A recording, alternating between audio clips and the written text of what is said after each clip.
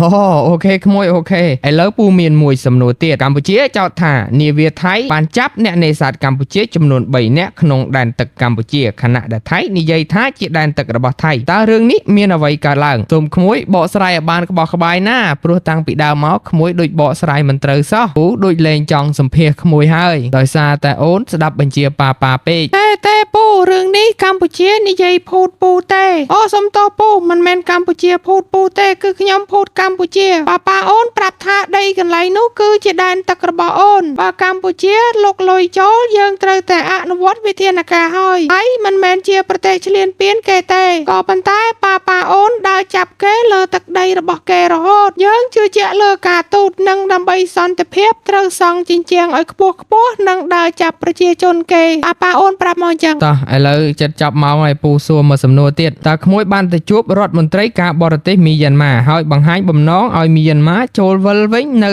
ក្របខ័ណ្ឌអាស៊ានទោះបីជាលក្ខខណ្ឌមិនទាន់ពេញក៏ដោយតើហេតុអ្វីបាទលោកពូប៉ុណ្ណាដោយសារក្មួយគ្រប់គ្រងក្រមឧទាមដាច់ទឹកដីនៅម្ដុំភូមាដូច្នេះហើយភូមារវៃក្មួយឥឡូវក្មួយទៅជួបរដ្ឋមន្ត្រីការបរទេសភូមាទោះជាមិនល្អឥតខ្ចោះយ៉ាងណាក៏ដោយក៏ប៉ុន្តែវាបានកើតឡើងទៅហើយប្រសិនបើមីយ៉ាន់ម៉ាចូលរួមវិញក្មួយត្រូវបន្តសន្ទនានិងសម្របសម្រួលនិងដំណើរការសន្តិភាពព្រោះថាដីនៅម្ដុំដាច់ខ្លួននោះគឺក្មួយបានយកជោគជ័យទៅហើយវាគឺជាផ្លូវទីមិនមែនផ្លូវតែមួយទេហើយចង់ឃើញសន្តិភាពប្រកបដោយចីវរភាពជាមួយប្រទេសជិតខាងតែជាមួយកម្ពុជាអូនសង់ជញ្ជាំងខ្ពស់ហើយជាមួយភូមាអូនខ្លាចភូមាយកដីវិញអញ្ចឹងបញ្ញាប់នាំភូមាចូលអាស៊ានវិញវ៉ាវអូខេក្មួយអញ្ចឹងសូមអរគុណដល់ក្មួយដែលបានចូលរួមជាមួយនឹងកម្មវិធីយើងផងដែរថ្ងៃក្រោយក៏មកទៀតណាកុំឲ្យលក់មុខកម្មវិធីពូកម្មវិធីអូខេក្មួយហ្នឹងហើយទៅផ្ទះចុះក្មួយណាសំណាងល្អ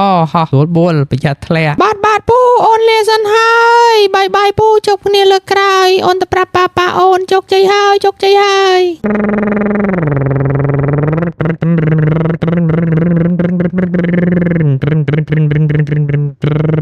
បាទសួស្តីបងប្អូនសម្រាប់បងប្អូនដែលចង់ទិញស្បែកជើង24កក្កដាដែលជាស្បែកជើងនៃការចងចាំរបស់កម្ពុជាហើយនិងថៃហើយថ្ងៃទី24កក្កដាគឺជាថ្ងៃដែលថៃបានលើកទ័ពវាយប្រទេសកម្ពុជាដូច្នេះហើយបើសិនជាបងប្អូនណាចង់ទិញអាចតាក់ទងមក admin បានហើយសម្រាប់បងប្អូនណាដែលចង់ប៉ាវកាហ្វេ admin អាចដាក់តាម QR នេះបានចាំ admin ដាក់ QR ជូន